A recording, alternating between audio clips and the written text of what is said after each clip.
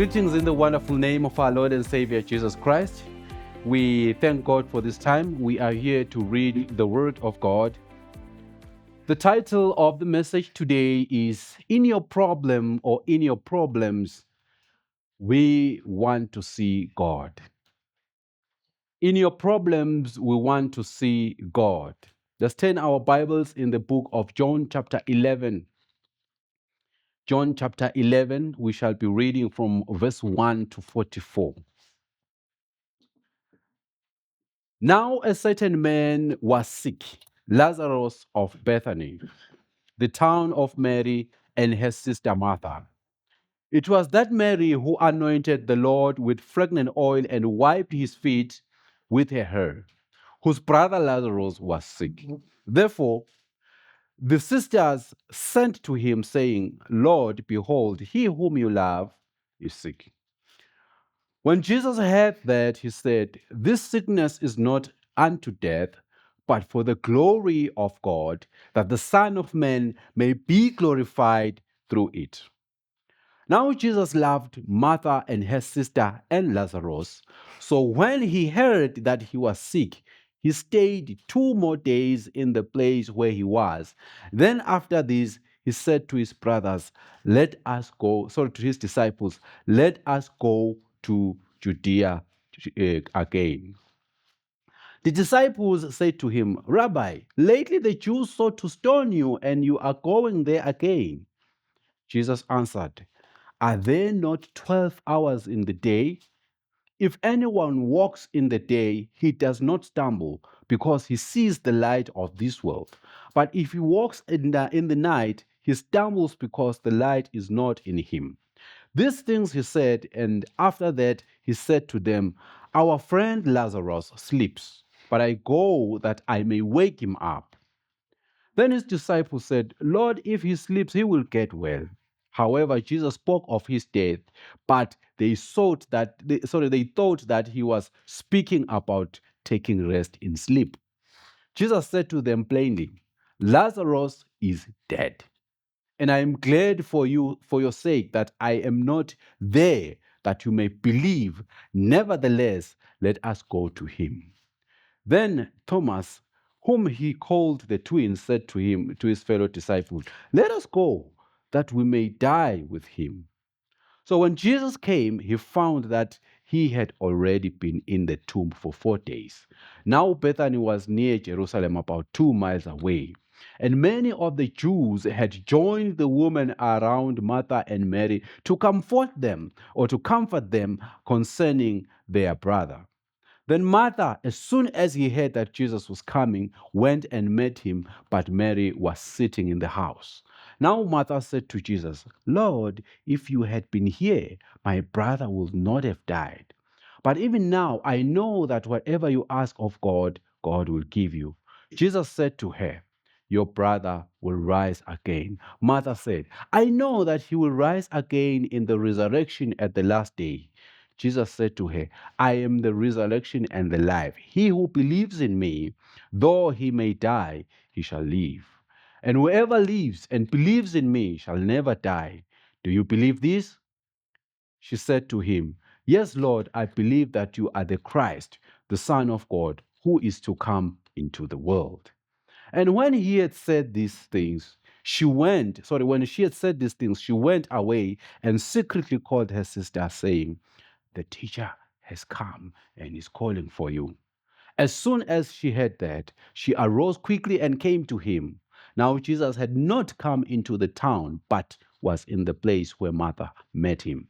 Then the Jews who were with her in the house and comforting her, when they saw her, arose up quickly and went out, followed her, saying, She is going to the tomb to weep there.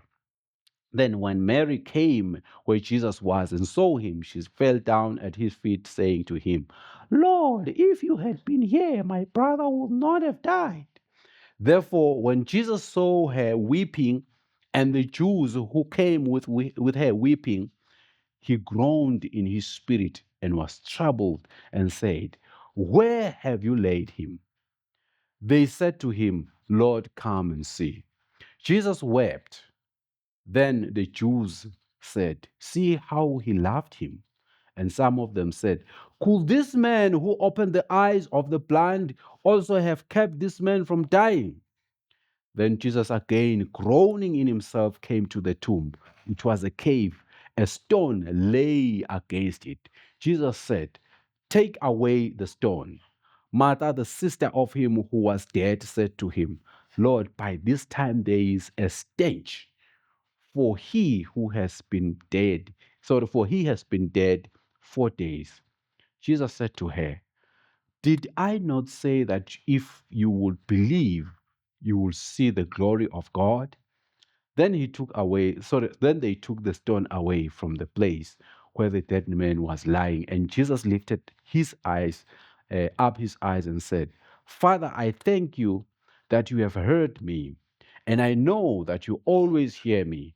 But because of the people who are standing by, I said this, that they may believe that you sent me." Now, when he had said these things, he cried with a loud voice, "Lazarus, come forth!" And he who had died came out, bound hand and foot with grave clothes, and his face was wrapped with a cloth. Jesus said to him, "Loose him and let him go." Father, we thank you for your word today.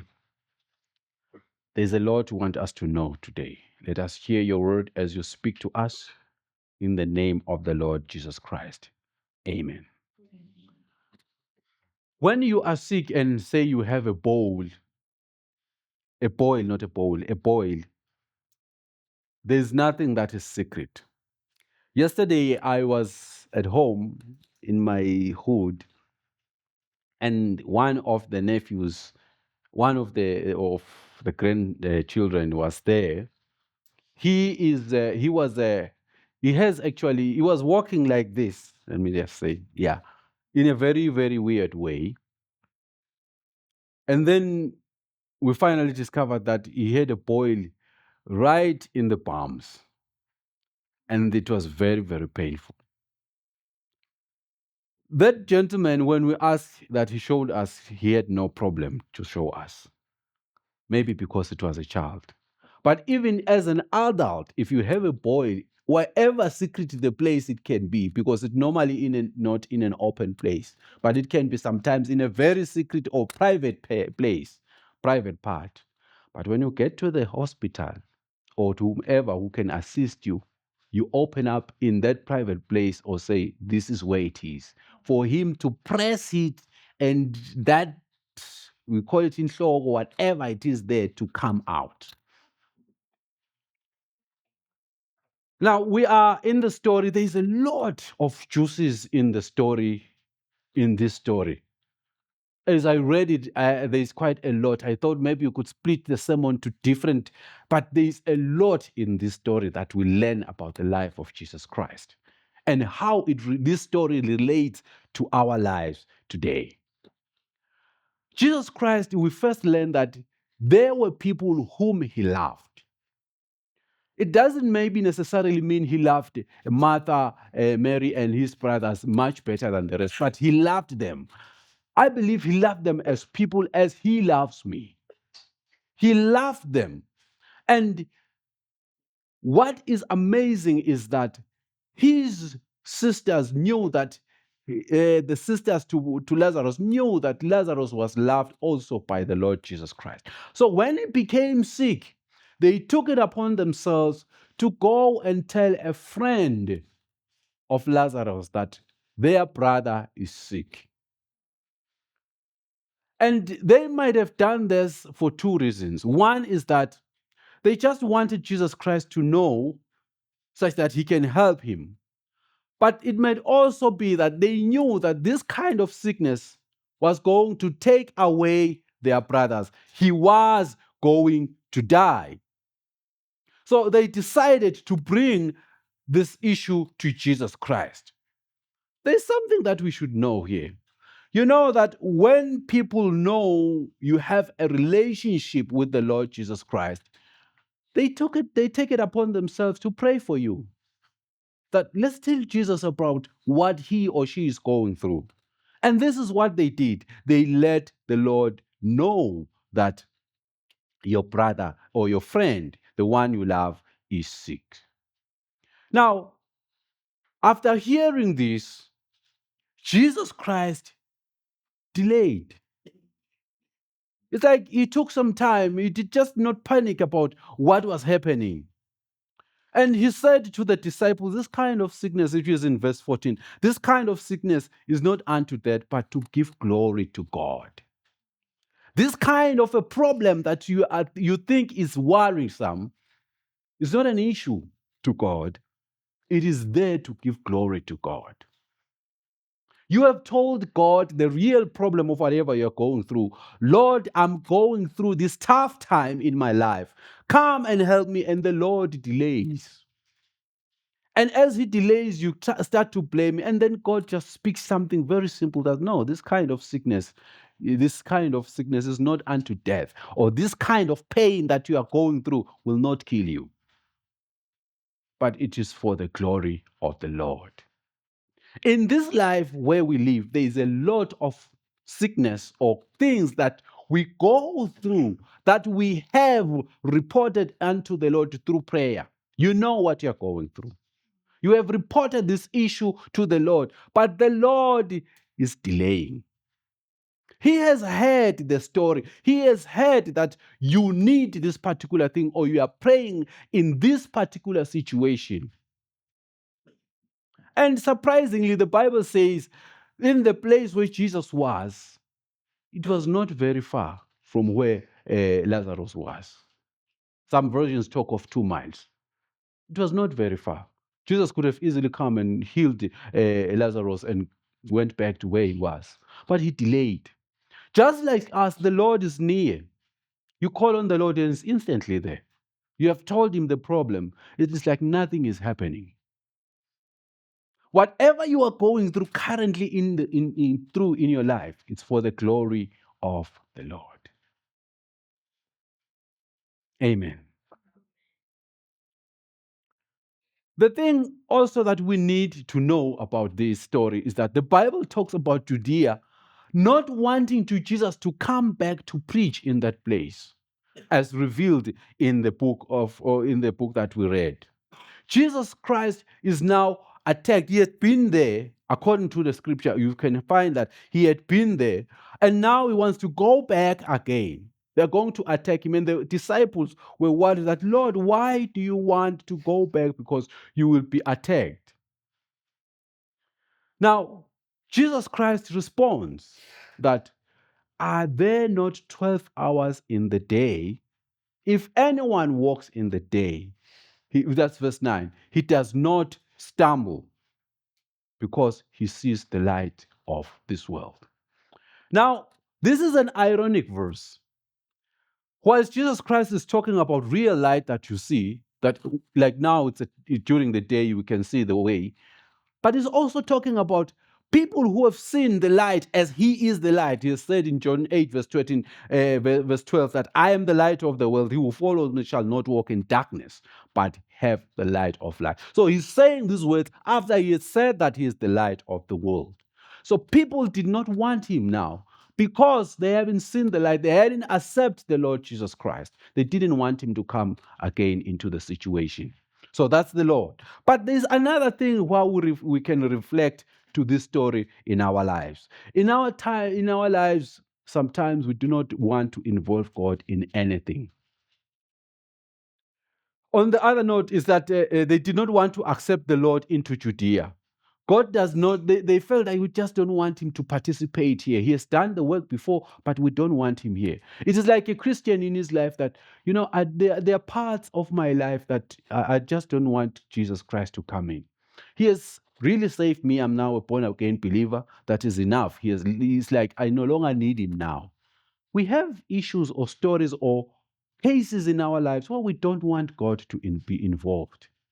Maybe it's an argument whosoever person who's actually has caused grief to your soul or a problem that you have. You just don't want God to participate. But I'm glad to say to you, Jesus Christ is still willing to come back into that situation. He is still, like here, they did not want him. But he said, I am going back to that place. So God wants to help you in the problem that you are in, regardless of you not wanting to invite him into your heart, but into the situation. But there Jesus is. So Jesus Christ's decision was to come and get into the town. And when he gets in, the dead become alive, who was Lazarus. Now, Jesus Christ is making the impossible simple. Like there is nothing too hard for God. According to their understanding, their brother was already sick, and at this position, he was dead. But we will talk later about that because there's something interesting that Jesus Christ knew that already Lazarus was dead, even before they told him. There are things that we should know about God's character or Jesus' character that are revealed here. One of them is that there is absolutely nothing that is hard for God. Look at the statement. He said that your brother is just sleeping. He says in Genesis 18 verse 14 talks about, says, is there anything too hard for God? Whatever you are going through or whatever it is you are praying for, whatever you need, is there anything too hard for God? Jesus Christ being told that his brother now was sick, his friend, and he already knew that he was dead, but he refers to it as sleeping. God knows what is going on, even if you have not told him, as revealed in verse 11 that Jesus said. These things he said, and after that he said to them, our friend Lazarus sleeps. He had not been to that place, but he says his friend Lazarus sleeps. Jesus Christ already knew that Lazarus was dead. Are you realizing that the issue, this verse, it is before Jesus Christ is told by Martha that now he's dead. But Jesus Christ knew that he was dead. He just says he's sleeping. And this disciple says, so if he's sleeping, he will rise again. He will just wake up. So what's the issue? Why should we go? And Jesus Christ now had to be plain that he is dead. So God sees what is going through in your life.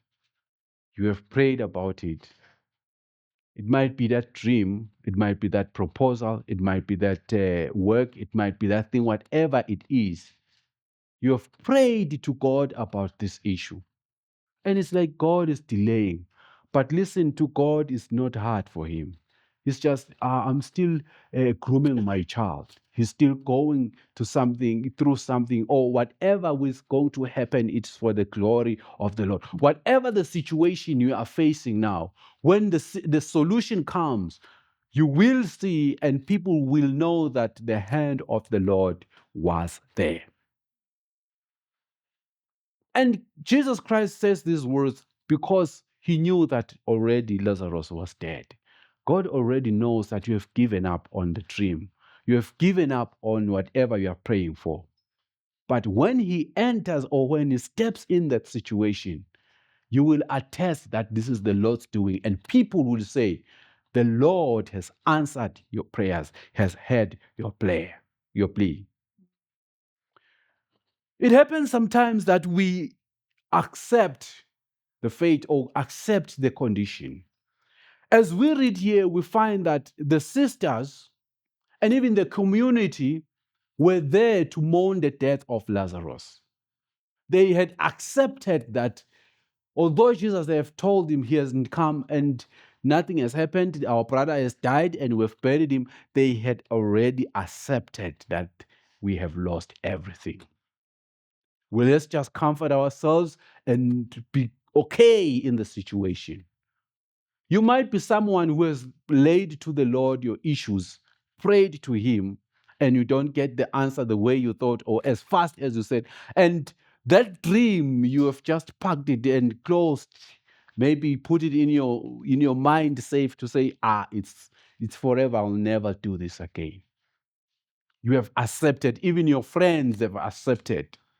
And you have told them, no, that idea, no, let's forget about it. Oh, no, my marriage, I forget about it. I'm divorcing. Let's just forget about whatever the relationship with. I'm giving up. They had accepted. Even when Jesus came, they said, no, you know what, Lord? Even if you came earlier, our brother would have died, but there's not an issue. And Jesus says, no, your brother will rise. And Martha, being a spiritual person, said, no, I know he will rise again at the resurrection. Sometimes we spiritualize practical things. And Jesus Christ said, no, I want to say to you, he will rise on this time. That dead situation you are praying for, that you have parked, that dream or that idea, that whatever you have prayed for, and you have accepted its fate, that no, you see here, nothing will ever work. You see here, I've accepted I will never be employed, or I'll never start this business, or I'll never expand my business, or I will never. You have completely accepted that. People around, just like in the issue of Lazarus, had accepted that he is dead, have already accepted and no, nothing will happen to you. Some of them maybe will be laughing at you. And Jesus comes and say, no, it will rise again. You say, no, no, no, Lord, I understand. You spiritualize it. Because some things we spiritualize, yet they don't have to be spiritualized. And you say, and the Lord says to you, no, you will be happy again. And you say, no, Lord, I understand that when I pass away, when I die, I will be happy in your presence. Yet the Lord is speaking about happiness in this world. So whatever you are going through and you have told the Lord, have faith in him and believe that he's working it out for you. And now, don't give up, even if the dream is dead. You have buried it for several years. It's there. Now, let's go further into the story.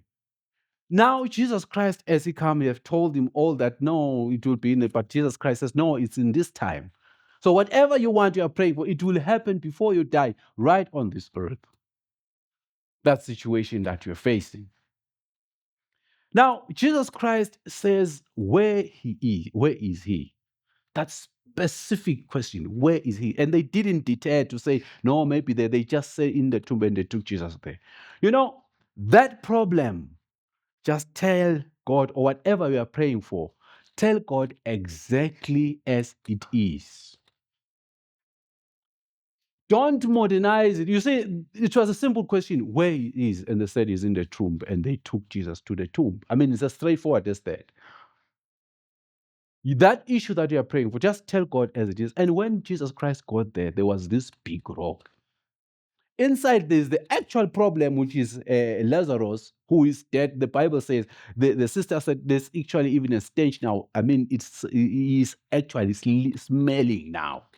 The situation is beyond whatever is there. When somebody is smelling, it means it's rotten. Whatever was there in terms of veins and blood, it's completely never there. It's dead. It's rotting. But Jesus Christ says, just remove the stone. Jesus Christ had the power to remove the stone, but he said, remove the stone. You know what that reveals about Jesus Christ? Remember Revelations 3, verse 20. The Bible says, behold, I knock at the door. You have to open. He's not a harsh God.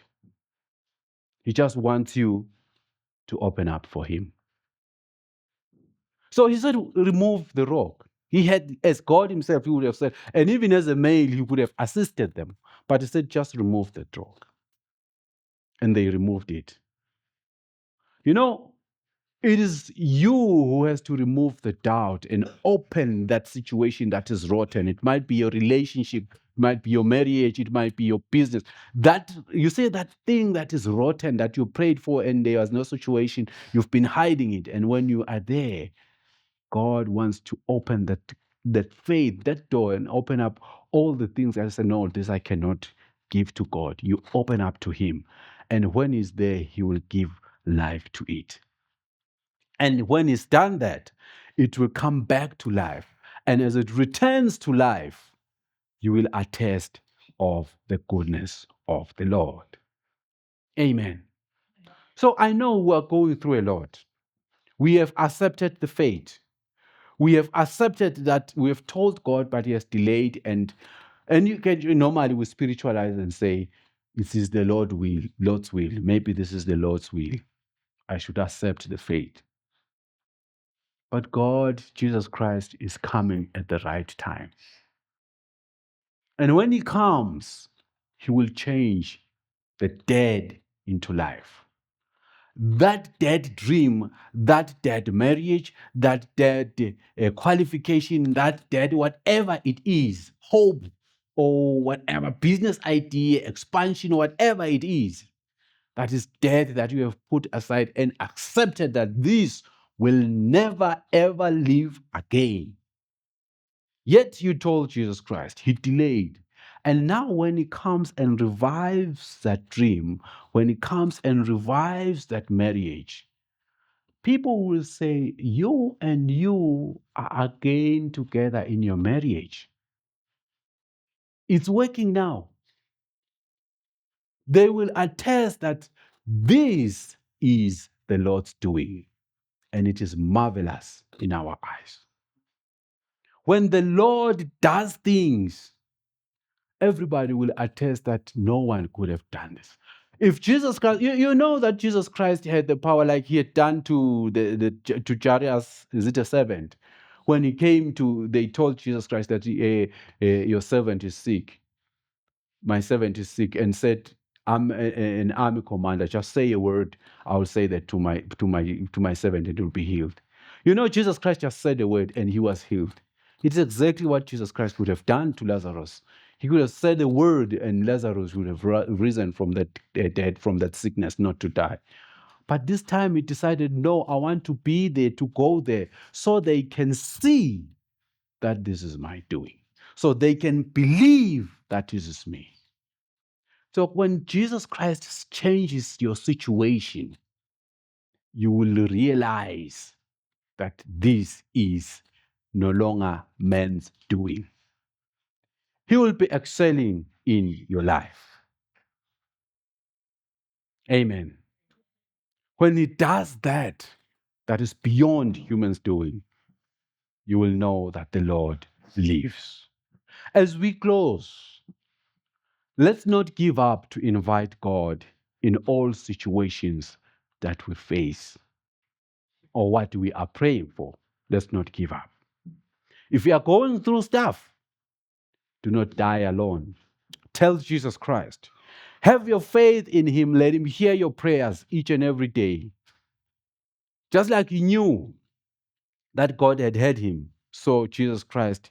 So just like he knew that his sisters, the sisters to Lazarus have talked to him, he took time to come. He is on his way. He has heard your plea. He is coming. And when you step in, you will know. No matter how you see the situation, there might be a stench, rotten in the situation, beyond humans' acceptable condition, because something that is stench, the body was no longer acceptable to be amongst the living because it was already smelling. Whatever the situation might be, in a situation where it is no longer acceptable to human beings.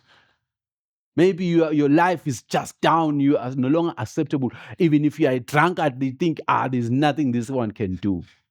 Jesus can still change that and make you something that you never thought to be. Those difficult, impossible situations God allows so we can see his power. Do not give up. Keep calling on his name. He will come and step right in. Father, we come to you in the name of the Lord Jesus Christ. We thank you for your word today. There's a lot that we go through as human beings. We've prayed about some of our issues, and we feel, Lord, you are taking a long time to come and step in. Some of our issues, we have not involved you. We think, no, we don't want you anytime now. But we are happy to know that you are still willing to come to our situations in those closed doors. And when you come in, Father, you want us to tell you the problem as it is. And the problem, as we tell you, have to open up to you. Those difficult things that we think you do not want to hear about the situation, that is what you want. Father, let us tell you everything. Let us be transparent to you. And when you give or bring the answer, everyone will attest that this is the Lord's doing. We thank you, Lord, for your word. We bless you, God. Help us to live as you want. And help us, God, to keep our faith in you. In the name of Jesus Christ. Amen.